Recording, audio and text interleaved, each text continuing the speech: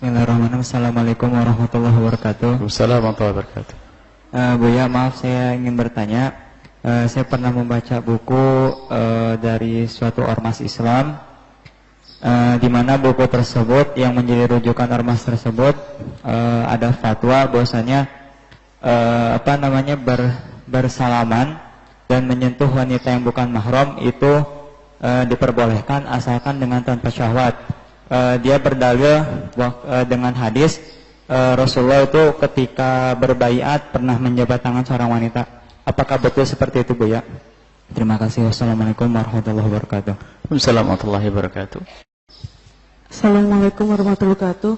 Buya mau menanyakan, apabila kita mendapatkan uang dari suami, Buya, untuk belanja, lalu masih ada sisa.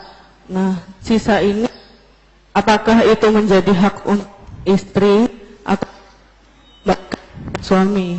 Karena si istri ingin memberi kepada orang tuanya, juga memberi kepada pondok, apakah harus dikembalikan ke suami lalu diberikan kepada orang tuanya atau bagaimana, Bu ya? Mohon penjelasannya. Terima kasih. Wassalamualaikum warahmatullahi wabarakatuh. Bismillahirrahmanirrahim. Ada adab dan tata krama di dalam kita membaca hukum, ya. Di masyarakat kita mungkin ada orang yang bersalaman, mungkin seorang ustadz salaman dengan muridnya dan sebagainya. Akan tapi ini satu sisi, kita jangan mudah menyalahkan orang, merendahkan orang. Ilmu hendaknya untuk kita sendiri terlebih dahulu. Bukan kerjaan kita untuk mengoreksi, oh kiai itu kok begini, atau habib ini begitu. Ustaznya, kenapa kita harus ngurusi orang? Memang kita sudah bebas dari dosa. Cuman berbicara tentang bagaimana bersalaman yang bukan mahram ini adalah ijma', kesepakatan ulama. 4 madhab semuanya mengatakan terlarang. Dan kita tidak bisa, ini lebih perlu kita dengar. Siapapun, kalau yang berbeda itu biarpun bapak saya ataupun siapapun, ini adalah ijma'. Ini adalah kesepakatan dari 4 madhab.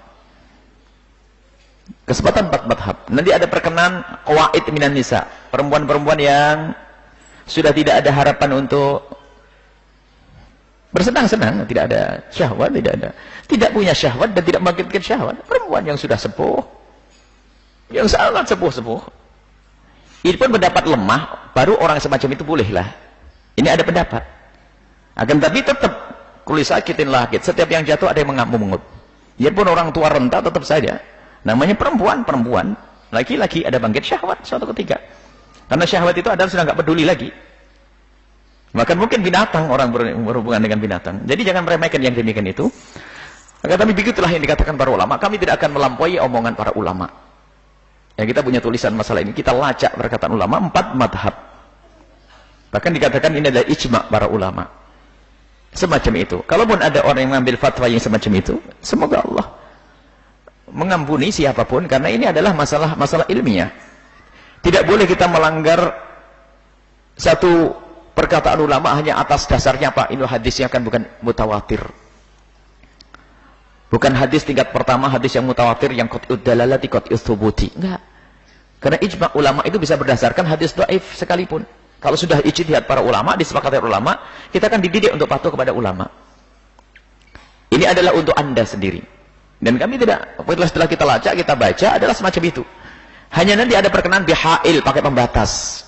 Pakai pembatas pun kalau dibuka, biarpun pembatas masih bisa nyubit loh ya, ini bermasalah ini. Pembatas bisa nyubit ya, cubit-cubitan ini bisa. Paling enak dihindari dari yang demikian itu. Dan salaman bukan segala-galanya. Sebab di sebagian masyarakat Cina sana, bahkan ada yang mengatakan salaman itu aib dan celah. Beruntunglah jadi orang Sunda, kalau laki perempuan cukup begini Pak. Ini sudah aman nih, sudah sopan ya. Ya ini beruntunglah jadi ya, kalau masyarakat Arab begitu menjaga sudah antara laki dengan perempuan. Laki perempuan di masyarakat Arab sudah aman. Seperti itu. Tapi di masyarakat yang seperti masyarakat kita yang sangat biasa, sepupu, ponakan mahram. Haram dinikah.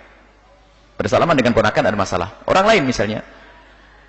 Tapi ini secara ilmiah, pendapat para ulama, ini bukan omongan saya, jangan dinisbatkan omongan kepada kami. Kami tidak ada itu. Ulama, dan kita punya catatan hal ini. Ulama, jumhur, jumhur bahkan dikatakan sebagai ijma' bahwasanya adalah haram. Adapun hadis yang memang sebagian ulama mendapatkan hadis li ayyuta'ana ahadukum bimikhatin min hadidin khairum min an tamassa imra'atan la tahillu lah. Ini hadis sebagian mengatakan hadis tidak sahih, akan tapi ulama telah berijtihad sepakat bahasanya haram. Nanti baru ada perkenan kalau pakai hail, sebagian mengatakan pakai hail pembatas. Kemudian pakai pembatas, kemudian setelah itu pakai orang tua. Ini ada perkenan dalam sisi ini. Orang tua. Akan tapi kalau masih muda-muda dan sebagainya membuka pintu maksiat dan hendaknya kita takut kepada Allah Subhanahu wa taala. Baik, ini adalah yang kita ketahui dari pendapat para ulama-ulama besar 4 madhab, pengikut imam 4 madhab.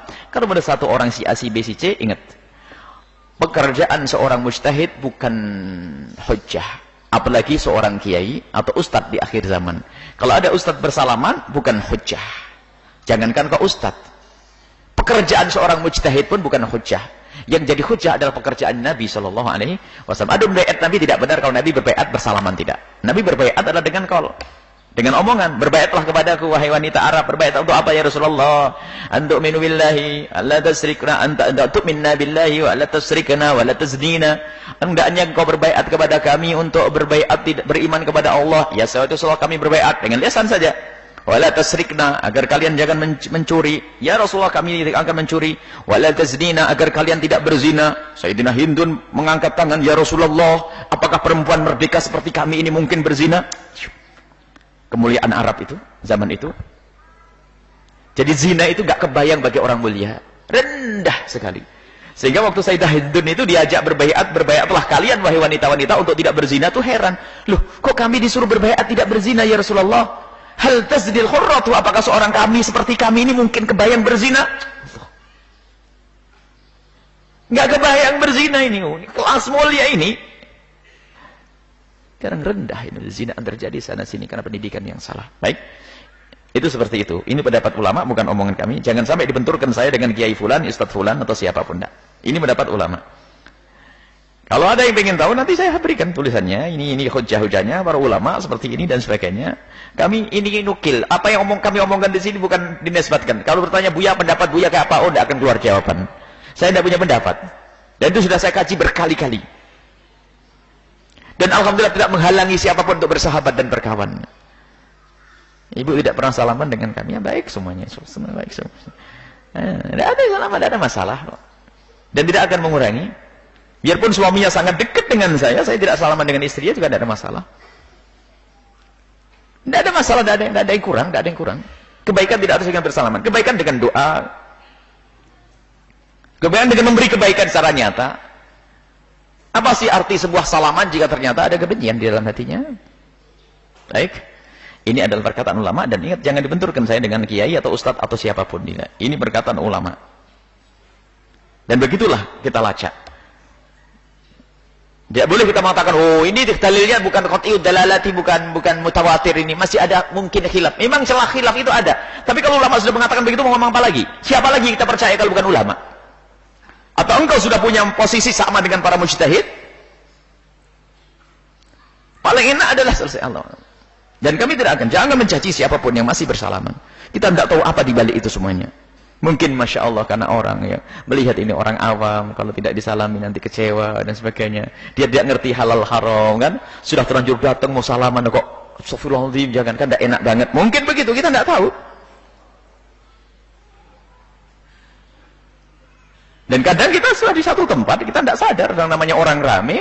Kita juga pernah tidak sadar ibu-ibu ternyata, ibu-ibu ini semuanya. Karena nerenjel masuk pada bapak-bapak. Nah, hal semacam ini kan kasus yang darurat. Bukan jadikan hujah.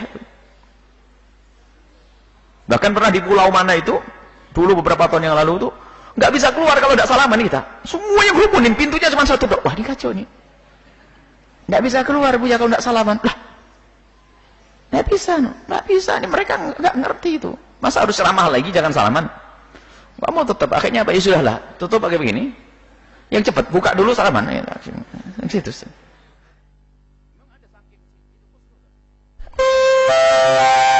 Khusnudan mereka kepada ulama, cuman mereka kan belum punya ilmu. Nah, sebagian para ulama kadang memaafkan yang demikian itu dalam tempo tertentu. Kalau sudah ngerti ya sudah, jangan. Maka dari jangan suudon kepada siapapun. Akan tapi kalau tanya ilmu, ini jawabannya, dan bukan jawaban saya. Ini jawaban para ulama. Adapun masalah nafkah seorang suami itu ada nafkah yang sifatnya adalah titipan. Tolong belanjalah, nanti kembalikan. Biasanya suaminya suka nanya, balikannya mana? Kalau suaminya mengatakan kembalian sudahlah ambil buat ente saja. Atau minta aja, karena pasti ngomong, bang kalau ada lebih gimana nih? Gitu aja. Sudahlah pokoknya neng, belanja yang cukup. Selebihnya adalah buat kamu, enak. Biasanya perempuan kalau dibegitukan lebih hebat, lebih pintar ngirit. Lebih ngirit. Tapi kalau dibebaskan, nggak begitu nanti. Paling kembalikan lagi suami, dihabisin aja deh. Nah, ini bermasalah itu. Jadi ada siasat juga. Ajari suami, suami mereka serahkan pada istri, suruh nabung-nabung. Jangan terlalu pas kok hitung-hitungan bener. No. Coba ajukan proposal dulu, mau belanja. Ini kasih model apa gitu ya. Biasa saja. Akan tapi kalau bang seorang istri ingin memberikan kepada orang lain, hendaknya dia bertanya, apa sih salahnya bertanya? Atau dengan ikrar tadi, abang kalau ada lebih akan saya tabung buat saya ya. Oh iya neng, tidak apa-apa, ambil tabung. Setelah itu belikan kepada siapa saja. Wallahu a'lam bishawab.